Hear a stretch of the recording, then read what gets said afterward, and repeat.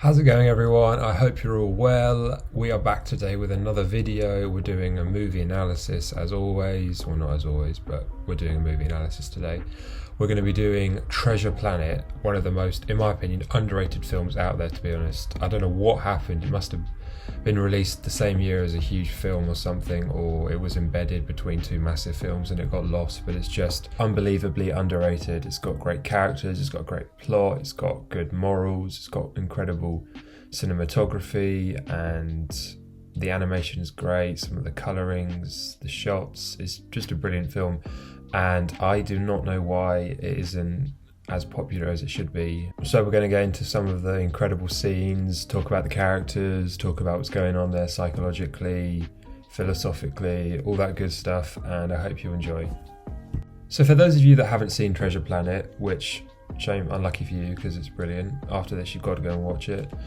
It tells the story of like a 15-year-old kid who stumbles across a map, is chased by these, I guess, pirates who want the map. It's kind of like Treasure Planet. Wait, no, it's like Treasure Island, but on a planet. Duh.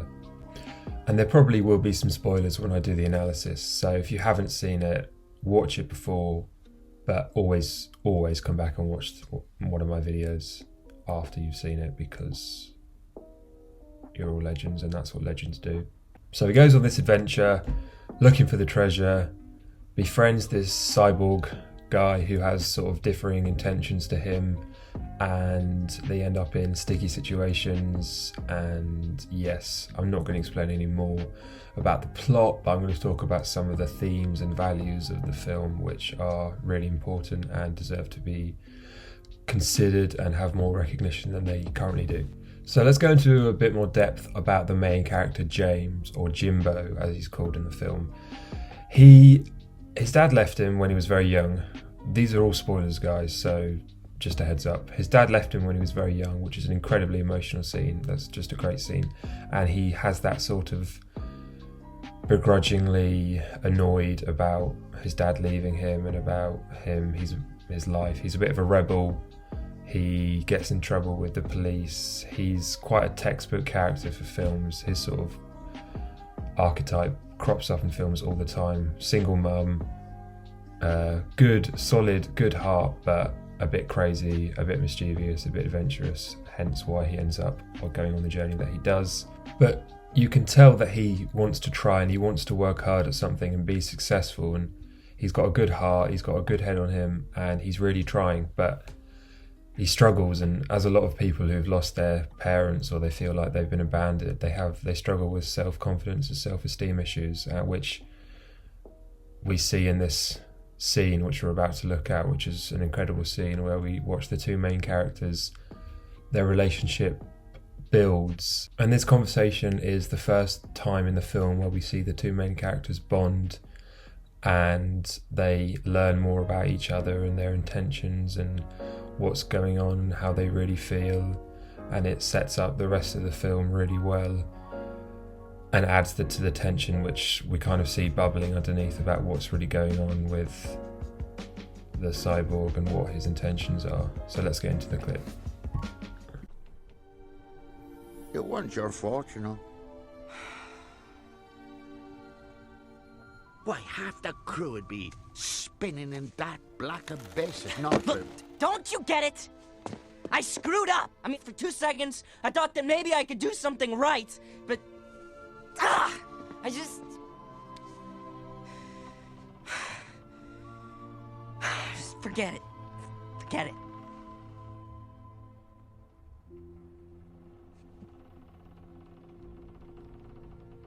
Now, you listen to me, James Hawkins. You got the makings of greatness in you, but you gotta take the helm and charge your own course. Stick to it, no matter the squalls. And when the time comes, you get the chance to really test the cut of your sails and show what you're made of. Well, I hope I'm there, catching some of the light coming off you that day.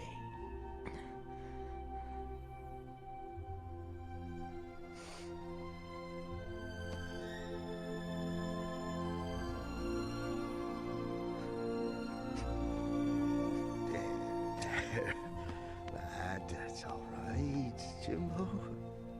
It's all right.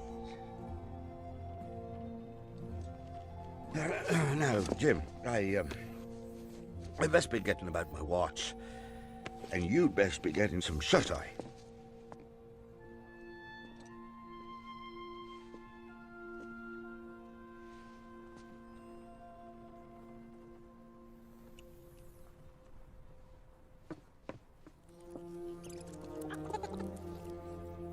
Getting in too deep here, Morphy.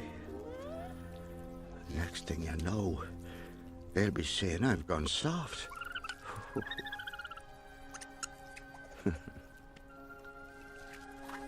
So, as always, what a powerful scene. This is the first time that we've actually seen the two main characters show an element of vulnerability and emotion in the film, really.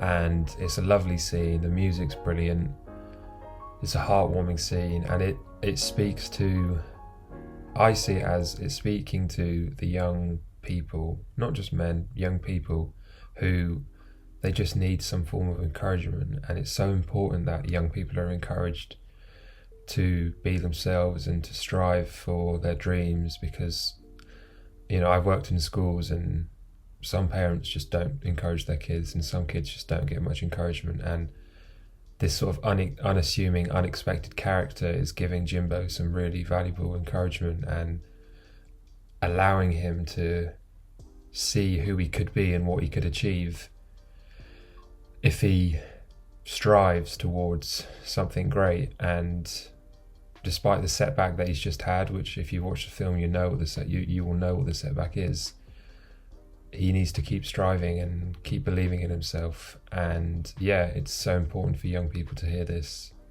and this is why it's a good scene and why it's in the film and why I'm talking about it.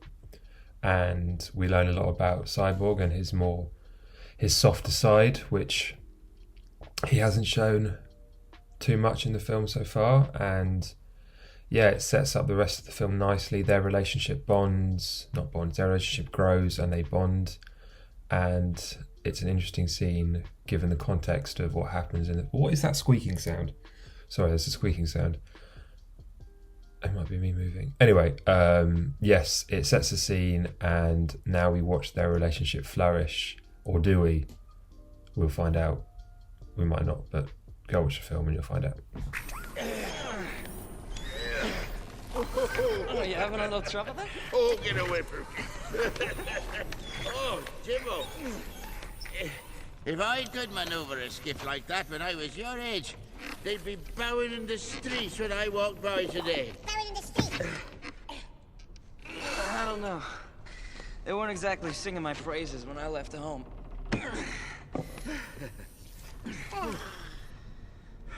But I'm gonna change all that. How you know? How so? I got some plans. Gonna make people see me a little different. Oh. Sometimes plans go astray.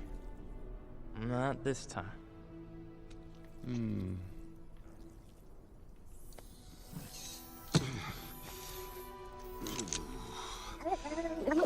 Oh, thank you, Murphy. So, how'd that happen anyway? You give up a few things, chasing a dream. Was it worth it?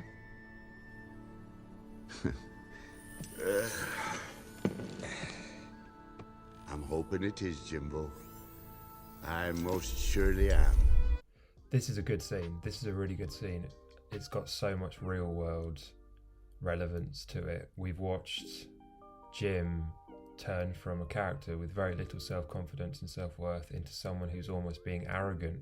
You know, he's set up like this, which is a very arrogant pose to make, and he thinks because of the success he's having on the ship and his pursuit of the goal, which happens to all of us, we get, you know, especially young men who are being successful and achieving a lot, they get swept up away in the success, which to some degree it's fair enough, but it's so important that you stay humble, because life will always, as you'll see in the film, life will always knock you down. If you need to be knocked down, you'll always get knocked down a peg or two, if necessary. Life is a funny way of doing that.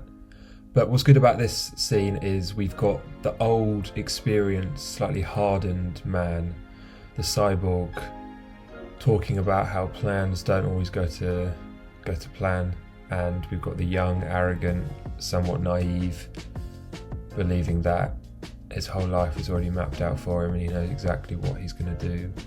And they're archetypal stories of human existence. It's also a good scene for sacrifice. He's evidently had to, not on purpose, but he's had to sacrifice his leg chasing the dream that he's going after, which we'll find out later on in the film what the dream is. And that's something that Jim probably isn't aware of yet, the importance of sacrifice, which is something that we all need to be aware of. All great things come from an element of sacrifice, and Jim's got to learn that, and this is why he's such a good mentor to him, the cyborg, because he's teaching them these things, and there's so much wisdom that he's got, which, as I mentioned earlier on in the video, is so important for young people to have access to, which is why this film is so, one of the reasons why, one of the incredible themes of this film, which is guidance and wisdom and channeling raw potential into something worthwhile and useful and good, or going down another route, which is channeling raw potential into something that's used for bad and used for evil. And that's the battle that we all play out, and plays out in every single film pretty much you'll ever see. There's that value between good and evil, and theme of attempting to be a benefit, attempting to be a force for good or a force for evil. And yeah, what's Jim gonna do? What's the cyborg gonna do? It's a good scene.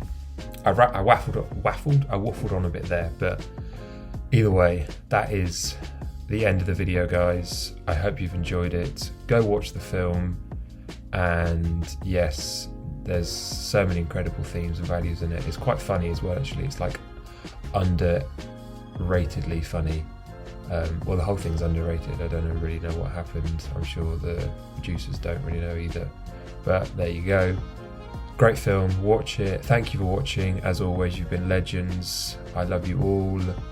Please leave a comment, like, and subscribe, and I will see you all in the next one. Adios.